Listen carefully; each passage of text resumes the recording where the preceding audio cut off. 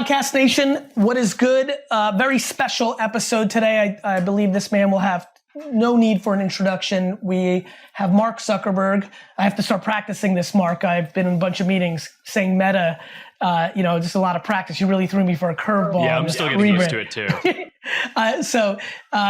Obviously, Mark is at the helm and head of Meta, and I'm really excited to be talking to him because I really want to get into the metaverse and the Web3 world. Obviously, so much of this community is aware of my involvement in the NFT space. And it's funny, on the way here, I realized, oh my God, this interview is going to go similar to the Joe Namath interview I had. For all my sports nerd friends that listen to this podcast, when I had Namath on, I literally asked him 14 questions that were so left field compared to the normal Joe Namath questions. For example, I asked him about why we lost the AFC Championship game and didn't go to Super Bowl 4 instead of talking about Super Bowl 3. And I realized that's what's gonna happen here because I have so many very selfish questions for Mark about this Web3 world that I'm going to be selfish with my limited time with him. So Mark, first of all, it's good to see you, and how are you? It's good to see you too.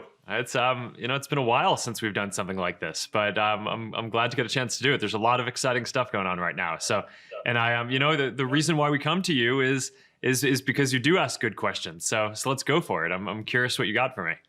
So Mark, I think what's really funny in the meta, pun intended, it's NFT NYC right now, and I was saying to AJ, Kevin Rose, a bunch of the old Web 2.0 friends, how much this feels like the early South by Southwest days. And obviously, one of the first times we sat down was after your keynote at South by, just jamming, talking about the space. And I remember the conversation vividly because I have a solid memory, and because a lot of the things we talked about where this was all going was the topic, and many of these things played out. As somebody that I feel has always had a disproportionate understanding of communication, consumer, human behavior, give me your first hot take. I know you've had this big, announcement the other day. What is your just kind of macro thesis of the Web3 place we're going? Whether it's the metaverse, the NFT stuff, like what are we on the precipice of, and how similar is it to the time where right before Facebook was launched? Yeah, so the metaverse to me today feels like the next frontier in social connection, in much the same way that social networking did when I was getting started back in 2004. And, that's a big reason why we wanted to change the brand of the company is that, today I think most people think about us as a social media company. But in our DNA, we're a technology company that builds all kinds of different technology to help people connect and tries to advance human connection. And of course, social media is one important part of that. But I think increasingly, it's going to be about building platforms and experiences that deliver this sense of presence, like you're right there with another person. So there's, of course, all the virtual and augmented reality parts of that, and there's the hardware, and I'm really excited about that. The work that we've been, we've been working on that for 7 years now at this point, so that's making a lot of progress. But I think some of the experiences are starting to come together too. So, we've started to release Horizon and workrooms and some of these experiences where you can feel like you're present with someone in a place. It's just pretty crazy to see how that's taking off. And it's, it's not just games. Games I think is the natural starting point, but beyond that, we're starting to see at this point that social interaction and just hanging out is starting to become the biggest way that people spend time on these platforms. That kind of makes sense and fits with my Mark, experience so far. When you say these platforms, are you speaking specifically in the behavior you're seeing of people in Oculus? Yeah. Yeah, yeah. Break that. Let's actually go right there because you said something in there, and I hope the audience is listening. 7 years, right? And I remember like yesterday, you acquiring Meta, acquiring Oculus. Oh, always tough to know how to refer to it in the past tense. I'm gonna use both, so stick with me. The Oculus purchase was really interesting because the Instagram purchase, which I was really kind of caught up in because of some of the content I was making, the attempt on Snap, all of those made a ton of sense because you were executing on the thing that I've always thought you had, which is where's the current attention? How do we play within that space? The Oculus one was weird for me because I was like, ooh, that's far away. Why did he do that? 7 years in metaverse, people are just now starting to kind of get going. What was the thinking of that? Like, why'd you do that? Well, I mean, a lot of it is just that, we spend most of our days building social apps that you use on a little phone, right? And, as powerful as that is, you have your phone with you all the time. It's also pretty limiting, right? You're not delivering an experience where you can really feel like you're with another person. And in a lot of ways, that's sort of the ultimate dream of building these digital social experiences, is actually being able to make it so that people can feel like they're there together and doing something together and kind of collaborating. And just no technology that we have today can deliver that. So, we've seen this progression where, when I started the company, it was, people primarily, the internet was primarily about text, right? So people type text into a computer. Then we got phones that had cameras. So the internet became a lot more visual and mobile. And over the last few years, internet connections have gotten a lot better for everyone. So now video is really the primary way that we share experiences. So you have this progression from text to photos to videos. Connection and expressing ourselves keeps on getting more natural and immersive, but that's not the end of the line, right? There's going to be something after video, and it's going to be much more immersive, and it's going to be something that we can do throughout the day. So you'll have virtual reality for when you want to go into a really immersive zone. You'll have augmented reality to have holograms.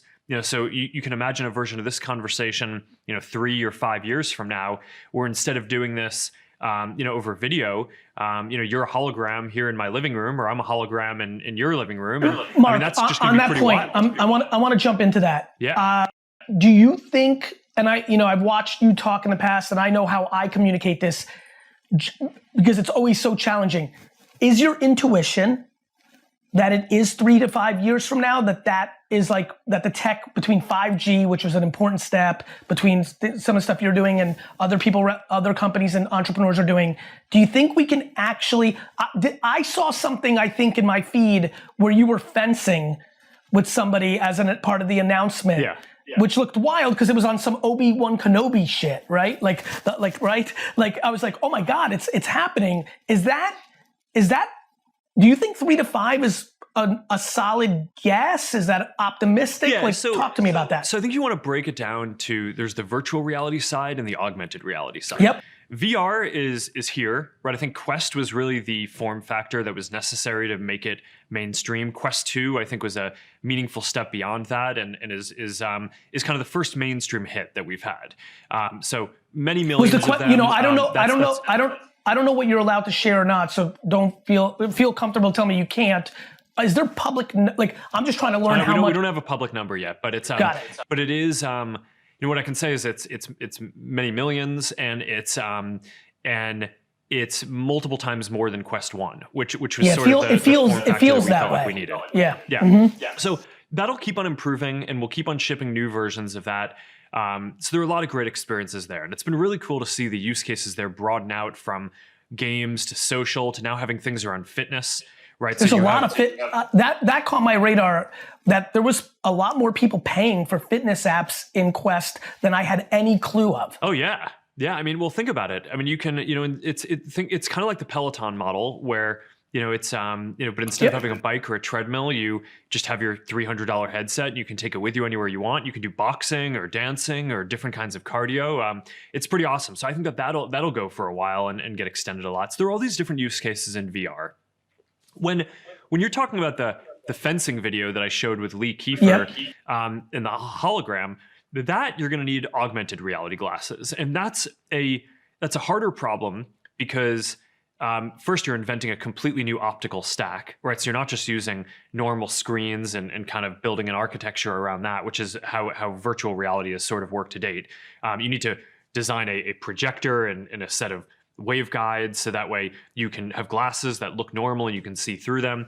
So there's a lot of interesting science and engineering there. But for augmented reality, if you're going to wear it throughout the day, it's just a lot more important that the form factor is like normal looking glasses, right? I mean, virtual reality, Mark, if you're going to do it in your living room. Do you think, I'm sorry to interrupt, do you think by the time it hits scale that there's a chance that this is a contact lens game, not a cumbersome overlay like a glasses or a thick, like what's your take on that? Is that too hard? I mean, some people are working on that. I think that that's quite a bit further off, just because, you know, think about it. It's like whatever is projecting the image needs to have an internet connection. It needs to be powered, right? So I mean, I've seen some people have a model of a contact lens that has a little projector that's sort of like in front of your pupil and your blind spot, and it can project something in.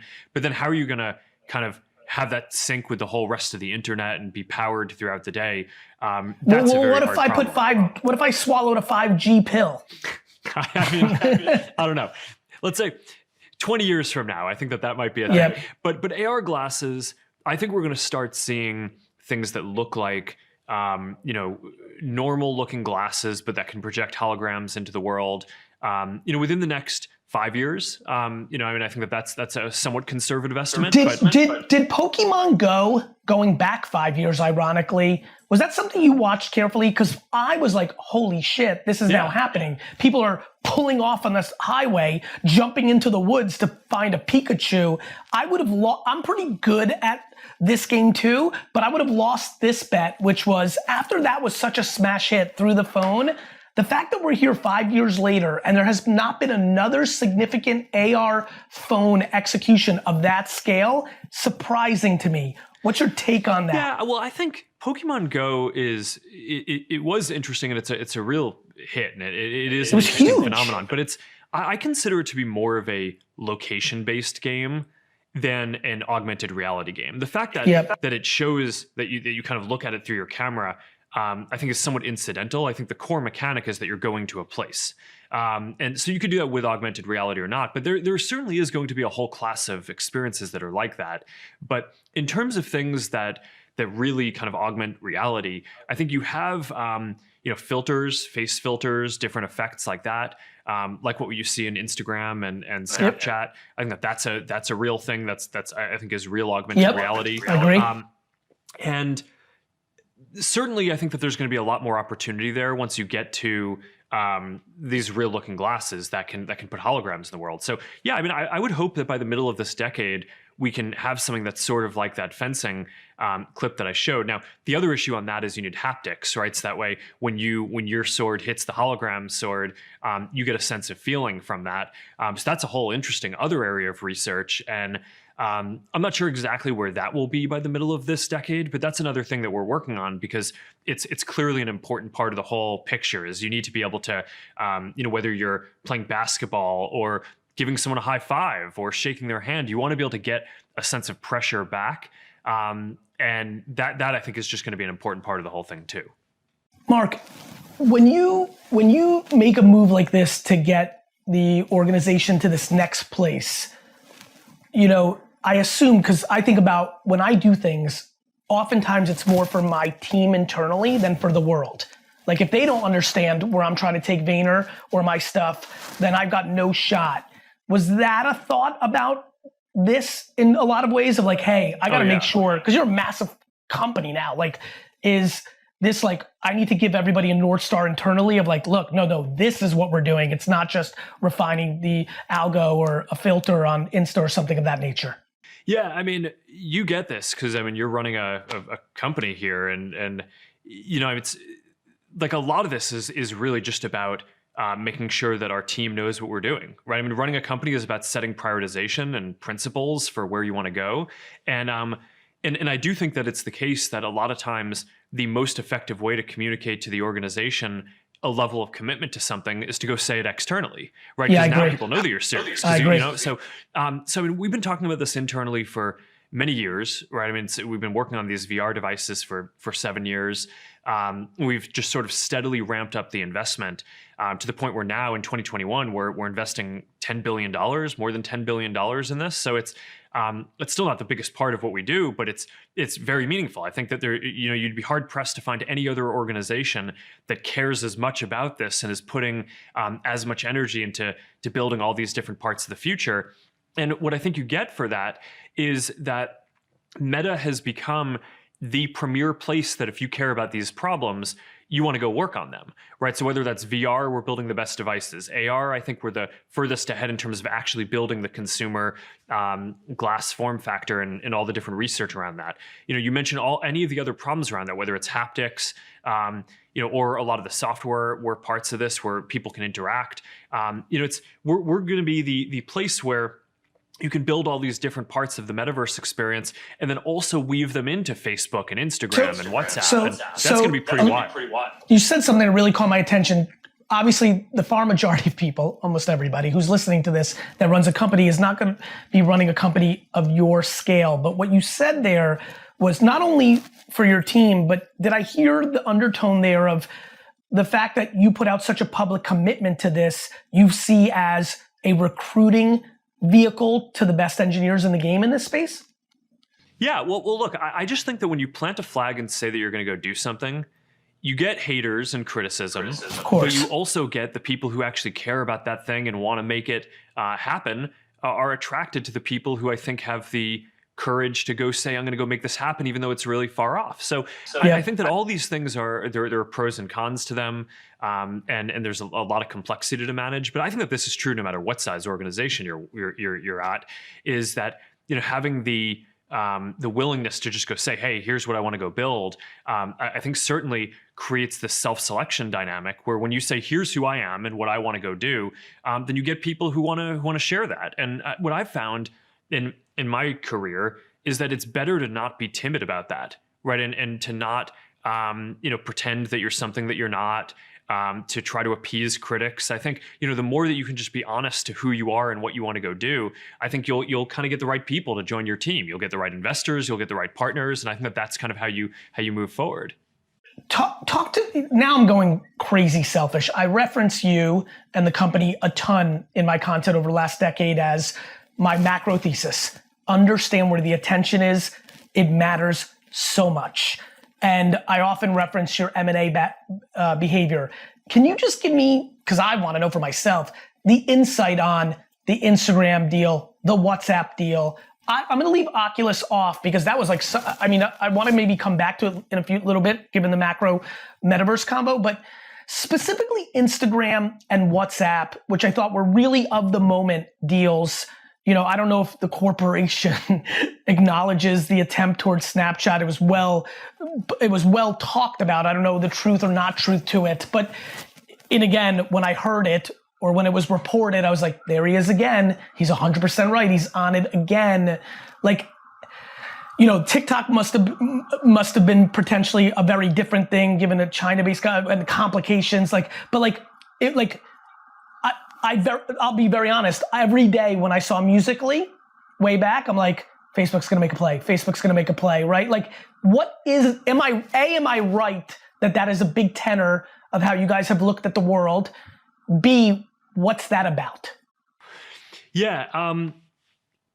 So there are a lot of different of these kind of core social interactions that people have in these apps that the different apps have invented over time. And I'm proud that we've invented a bunch of them, going back to, some of the core dynamics around being able to communicate with people in your college, being like, we were the first that built Newsfeed, some of the core social API work. By the way, on the record for the youngsters, I'm sorry to interrupt. By the way, I apologize. By the way, for all the youngsters listening right now, when Facebook changed from you going to somebody's wall and leaving a comment to this news feed, it was carnage. The number one page or group or whatever you guys called it back then was bring back the wall or whatever.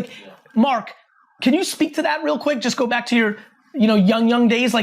When you guys made that move, the community within, nobody was even paying attention to you in the mainstream, all that stuff now. Within the world, immediately people lost their mind. And now that is the core way every social network was built in. Yeah, I mean, look, I think sometimes when you invent these things, it's, they can be disruptive, and I think you just kind of need to have the commitment to see it through. But going back to your point about some of these other companies, it's like there was a kernel with Instagram and with WhatsApp, and also with companies like like Snapchat. I mean, I think that they created something that I think is really special and is awesome. Where I just looked at that and I was like, all right, okay, there is something, I think people often tend to look at these social apps and think that they're frivolous right early on, and I think that they're like these dynamics aren't important, and oh, it's filtered photos, or oh, it's disappearing photos, or whatever it is, but I think that, it's only for college kids. Yeah, I mean, well, we had that through our IPO and after when we were having a lot of business struggles, but it's but I kind of looked at those and I was like, hey, I think that there's something that's important here. I think the world is probably underestimating this. And I also think that we have the skills as a company to go grow these things to reach more than 1 billion people around the world. And because we've done that with the core Facebook experience, and I think that there's two skills there. There's sort of the building the social experience, and then there's the helping to ramp up a network around that. And that I think is also a core competence. So, I don't know what would have happened with Instagram, if we hadn't bought it. I don't think it's guaranteed that it would have grown to be as big as it is. Should I assume, because I'm a nerd when it comes to watching business behavior, that much like what you're doing with Metaverse now, which I think is the macro move of that, and that like in between now and that scaled world, the companies that have the kernels that do best in the attention graph, whether that's in the Metaverse, video, so, picture, like that will always be a core focus? Yeah, absolutely. I mean, I think that's a key thing with this rebrand to Meta is it's not like now we're not focused on social media. I mean, that's going to be the bread and butter of what we do. That's the core thing. And our work to build the Metaverse encompasses both building social experiences and building these future platforms like VR and AR. It's got to be both, right? We have to weave all of these new technologies through these social apps, and because you want to be able to jump into the Metaverse and a 3D experience from your Instagram feed, right? See your friend at a concert. We showed this as part of the keynote presentation. Just dive in and maybe be a hologram at the concert, but a lot of the discovery around that is going to happen through the core social platforms. So yeah, that's going to continue to be a focus. We're going to keep on focusing on growing and building apps and adding more social mechanics around that. I think that there's a lot more to invent there. And then I think that there's this next set of platforms, right? Where, one of the things that I reflect on a lot is, social media kind of grew up with the smartphone. Yes. Right? Facebook I started in 2004. And I think Apple was probably already working on their iPhone design by then. It came out in 2007. So, we didn't really get to shape what the smartphone was. No. We built a lot of the most used experiences for it, but it's sort of it grew at the same time. And because of that, I feel like the smartphone sort of grew in a way that it's somewhat limiting in terms of the type of social experiences that you could have. I feel like there's a lot of things that I would love to build that we can't build because we're kind of constrained into this, little rectangle and policies that some other companies set.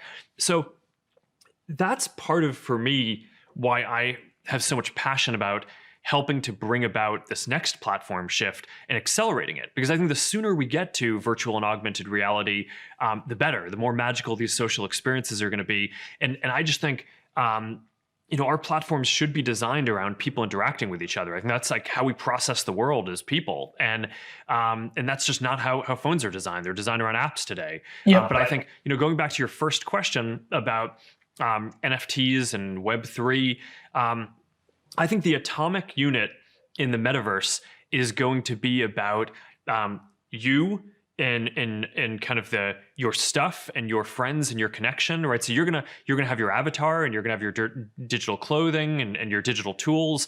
And unlike apps today that are kind of all designed to be a little bit siloed, and you have to do all this extra work to get them to work together, in the metaverse, I think it's going to be fundamentally more interoperable, where your fundamental experiences that you are embodied in your identity, your digital avatar, all your stuff.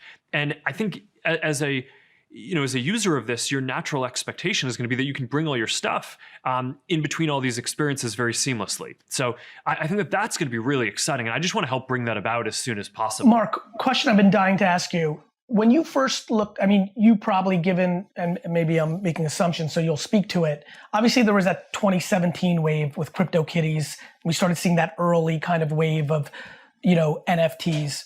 right? That was like kind of like the thing that punks did not hit my radar, but CryptoKitties did in 17. And obviously now this has been the year of NFTs, the way we know them, whether it's Bored Ape, what I do with BeFriends, obviously punks, and many Cool Cats, many, many, many projects. One of the reasons it was very easy for me when I really dug in late last year to believe in this was actually because of Farmville on Facebook. You know, there was two things that happened to me during that era. Farmville on Facebook, oh my God, people are buying these digital sheep because they want the social currency to show their friends they're good at it. And then Zay Frank, I don't know if you remember Zay Frank, remember?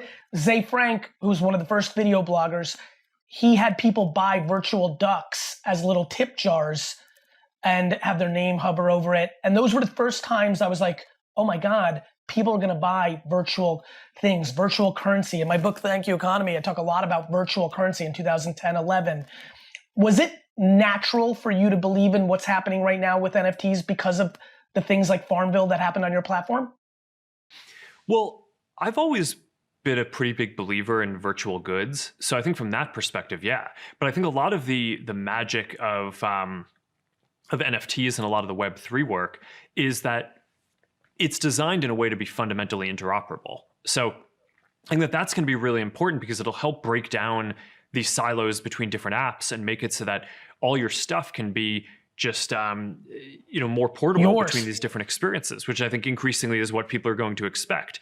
I think that that's going to be a big part for creators of making it really worth investing in, because if you're designing a digital good for Farmville and it only works within there, then like I don't know. I mean, it's limited. You kind of get to the point where most of the people who are going to be building that are going to be Zynga. To your point, here's the world we live in now. You're a young kid and you're in Minecraft or Roblox. You grow up and you want to go to Fortnite. All that money you invested is kind of stuck in there. In the world that you're talking about right now, the Roblox and Minecraft of the future, when you're done with that, you're just going to trade it for your Fortnite stuff. You're going to trade the Fortnite stuff or sell it, or it's all going to be in that one global ecosystem. Yeah, I mean, the analogy that I like to think about is, I like your Knicks hoodie. Thank you, but sir. Imagine if you bought a jersey and you could only use it in the sports arena where you bought it. Right. It's like that would be sort of lame, and it would reduce the value of buying it. Right. That's right. Because who's going to want to buy something if they can only use it in that arena? I mean, some people would, but a fraction of the number of people who would want to buy it if they could use it in all these different places. And then if the amount of commerce is going to be less, then that's going to attract fewer creators. So I think having it be more interoperable is going to be key to making the whole thing so dynamic. What's interesting about that, in a much more interesting human behavior way, is people will wear it. To your point, it's limited. What's also interesting is the clout, the equity, the social currency carries more weight from a tribalism behavior standpoint in Madison Square Garden, which I'm looking at right now, than it does outside, though it has tremendous value outside. What I'm incredibly interested in is the following. Obviously, I don't remember if it was Twitter. I think it was Twitter who did the blue check mark first, right? The verification. We've now lived through a decade where verified accounts, following counts, social equity through visualization. We've seen it with followers and verified accounts, right? The extremity of the NFT space is going to be even greater for what that means.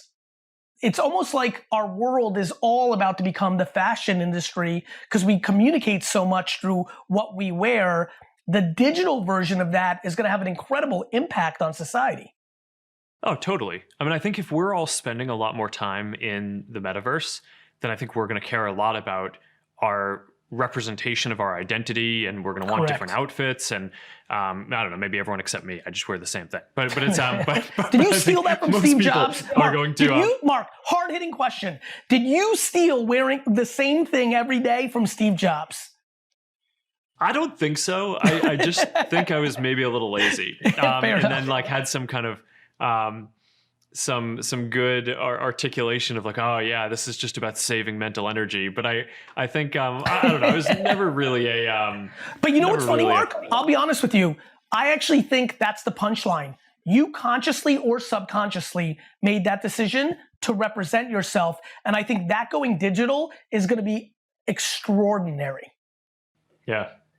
I really do. I really think that people are grossly underestimating that almost all the things we've been doing are about to get more visual, more collateralized, more obvious, right? Like, I don't think a lot of people realize why they bought a Rolex. I really don't. I don't think a lot of people realize, like, I don't think I overthink why at 45 years old, I look like I'm 13 right now, right? Like, there's a lot going on in that. And I think that when it hits digital, it becomes more obvious. I think a lot of people's conversation about what's going on digital is actually just showing us what we are much more than anything else. And so I think as we go into the realm of consumerism is insane, right? Like when you think about how much people buy things to communicate, that going digital and being so in our faces, because so many of these things sit in our homes where 99% of our social graph never sees it, that going to a full 100 is crazy. Yeah, but I think you're hitting on a number of important pieces here. I mean, first, a lot of people think about this as kind of commerce, and I think a lot of it is actually really expression, right? Which is the core social dynamic. So the intersection between that expression and your identity and then the commerce around that, especially if we can get it to be interoperable, so it's a more fluid market, I think is just going to be a really 100%. Big deal. Much bigger than I think people sort of internalize today. The other thing that I think is just really refreshing and insightful to hear you talk about is all the lessons from some of the previous rounds of development. I hadn't really thought before you raised it about some of the early Farmville experiences or some of the stuff from a decade ago, but I think you're right that there is a clear through line, right? Both between the kind of social interactions that people have and the types of commerce. And obviously there's more technology now that can make it more interoperable and that can give people more rights over the goods that they have. And on the AR and VR side, making it so people can feel a more realistic sense of connection. But I think you're right that a lot of these concepts are not fundamentally new. They're sort of the next iteration on kind of just dynamics that are evergreen and that are just always going to be and always have been very important to people in terms of how we connect and interact with each other. It's my take on what happened when you were inventing. I'm like, oh, people put their kids' school on their back of their windshield to flex. My kid's going to Harvard and might drop out. But like that's what they would do, right? Like they would literally, like we've been doing all these same things. Digital's just exposing truths and scaling truths. And I think the new frontier of 3.0 metaverse is going to take us to a completely different place that I do think Web 2 gave us a slight preview to. Yeah, I agree. Mark, since we only have a couple more minutes, have you thought, do you own any NFTs? Have you thought about buying any? Like, I feel like you're going more platforms. Obviously, you as the executive is platform side metaverse. That makes so much sense. It's kind of like leapfrogging. I understand that cold, especially the hardware software dynamic that I think you've been through the last 15 years makes all the sense to me in the world. How about you, the human being? Have you, like, were you a collector? Were you a comic book? Like, did you collect as a kid? I was pretty into baseball cards. My man. So I had that, maybe a few comic books, but more for entertainment than collection. Understood. But the baseball cards, I was really into that, especially, baseball I think is really like the